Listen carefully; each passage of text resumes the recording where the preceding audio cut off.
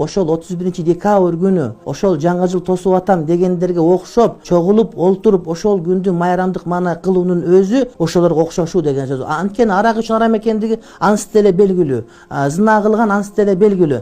Бирок эмне үчүн 5-декабрда эмес, 15-декабрда эмес, дал ошол 31-декабрда отурганын ошол күндү улуктап аткандарга кошулуп атканын, демек ошолордонсуң деген хадис ушуга туш келет. Хадистин маанисинде башка бир коомго окшошпо дегенде ошентип чогулуп олтуруу дагы башка бир коомго окшошуу болуп саналат. Урматтуу бир туугандар, мисалы үчүн ошол эле католиктер, ошол эле паптар айтып атышат, бул деген эч кандай христианчылыкка туура келбеген, инжилде жок болгон майрам деп. Кийинчерээк мындай бир үй бүлөлүк майрамга айланып калды деген биздин да кээ бир саясатчылар бар. Бирок майрам деген сөз жыл сайын кайталанып турган майрам, буга эгерде шарият боюнча майрамды биле турган болсок, ага атайын шарий текст керек. Курандан же хадистен ушул майрам деген эгерде майрам эмес болсо анда кадимки эле күн болуп эсептелет, урматтуу бир тууганым.